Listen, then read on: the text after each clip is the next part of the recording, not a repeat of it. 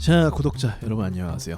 과거에 개인 투자자들에게 아주 피눈물을 흘리게 했던 주식이 있습니다. 그게 바로 지금 보이시는 일동제약입니다. 과거에 일동제약이 일본의 시오노기 제약이라는 회사가 있었어요. 그 회사하고 경구용 코로나 치료제를 만들고 있었습니다. 그러나 그때 바이오 종목들의 그 결과가 똑같고 그리고 과정도 결코 쉽지 않았거든요. 아무튼 그래서 굉장히 인기도 있었고 또 많은 사람들에게 상처도 주었고 그런 종목이라고 볼 수가 있어요. 자, 그럼 일동제약에 대해서 제가 자세한 차트 분석을 한번 시작해 볼게요.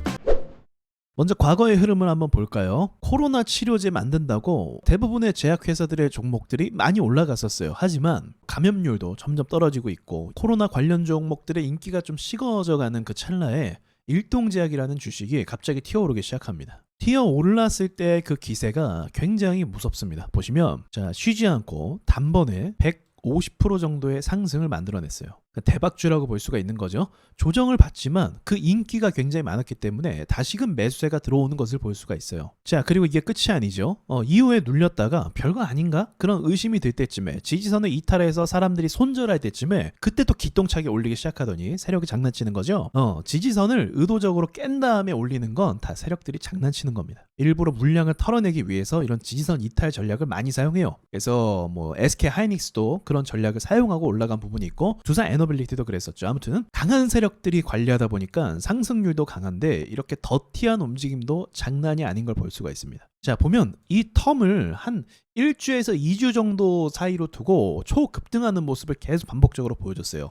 그러니까 이런 모습까지만 지켜보면 투자자들이 어떤 생각을 가질 수밖에 없냐면 계속 속는 거예요. 왜냐면 야, 이번엔 가겠지 하면서 계속 실망시키면서 속았다는 거죠. 그러니까 얼마 전에 SK 하이닉스가 막 흔드니까 신용 물량 들어오고 사람들이 물리게 되고 강제로 처분되고 이런 상황이 만들어지잖아요. 또 매물대가 부담이 돼서 종목들이 쉽게 올라갈 수 없고 비슷한 거라고 보시면 돼요. 이렇게 흔들면 흔들수록 악성 매물들이 많이 생기고 그리고 이 악성 매물들로 인해서 주가가 더 큰 변동성으로 확대될 수밖에 없는 거죠. 자, 아무튼 일동제약은 여기 1파동, 2파동, 3파동, 4파동까지 눌리면서 반등을 해주고 눌리면서 반등해주는 이런 모습을 계속 만들어졌어요. 근데 문제가 뭐냐면 수익 내기가 쉽지 않은 게 이렇게 잘 오르는 것처럼 하다가 갑자기 내리꽂습니다. 이런 식으로 갑자기 내리꽂아요. 그러니까 막상 결국 주가는 우상향했지만 이 종목을 수익 본 사람들은 있다 없다? 많이 없다는 거예요. 많이 없어요. 그리고 결과적으로는 이렇게 큰 폭락이 만들어졌고 기술적인 반등도 또 강하죠. 그냥 나오지 않아요. 기술 반등도 2배가 올라갑니다.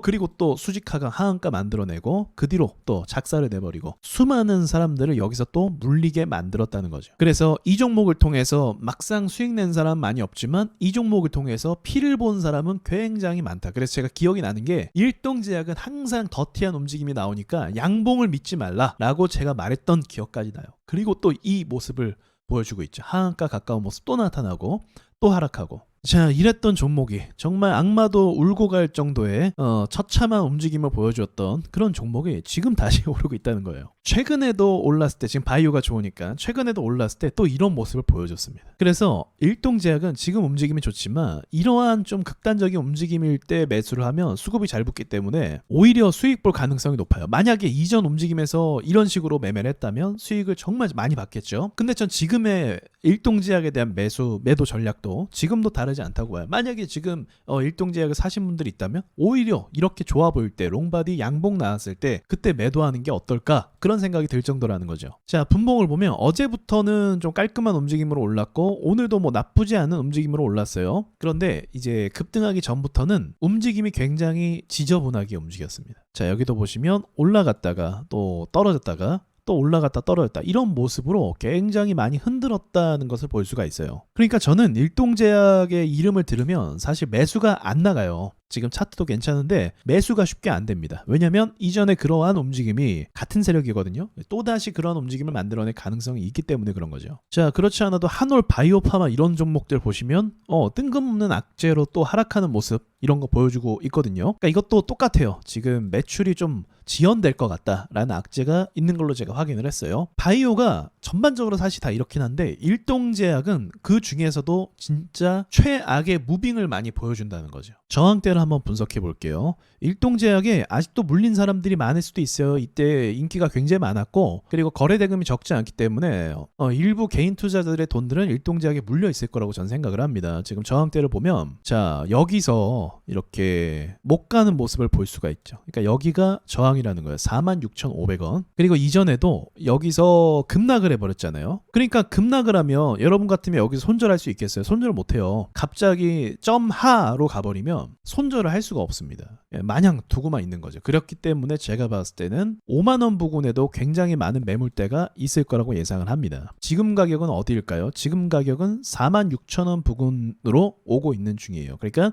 앞에 있는 저항대를 맞고 떨어질 가능성이 좀 있다는 거죠. 그래서 이런 투매를 좀 조심할 필요가 있고 투매가 한번 나오기 시작하면 어느 정도 수치로 떨어지냐 그것도 중요하거든요. 고점에서부터 떨어지는 수치가 마이너스 30%가 좀 기본값인 것 같아요. 야, 마이너스 30%가 뭐 A 이름도 아닌데 그냥 툭 치면 그냥 한 일주일 만에 마이너스 30% 가네요. 야, 그러니까 이게 최악의 주식이었어요, 과거에. 이때는 마이너스 40%까지 찍었고 급등하고 마이너스 30, 급등하고 마이너스 30. 여기도 마찬가지죠. 뭐 점 하 찍었으니까 마이너스 40 급등. 이런 패턴을 많이 보여줬던 종목입니다. 그래서 과거에 저런 패턴을 보여주면 또 앞으로도 그런 패턴을 보여줄 가능성이 있어요. 주식은 약간 일관성이라는 게 있거든요. 그 이유가 좀 설명드리자면 일단은 세력이라는 것도 마찬가지지만 세력이 왜 그렇게 하냐면 호가 때문에 그래요. 주어진 물량, 유통 물량 말하는 거죠. 유통 물량과 세력들이 매집한 그 물량이 한정적이잖아요. 그렇죠? 그 한정적인 범위 안에서 움직이기 때문에 호가의 특성을 반영할 수밖에 없습니다. 그리고 또 뭐가 있어요? 재료라는 것도 있어요. 그러니까 재료라는 건 매출이 확정적이면 사람들이 매도를 안 해요. 그러니까 겁먹을 필요가 없는 거예요. 하지만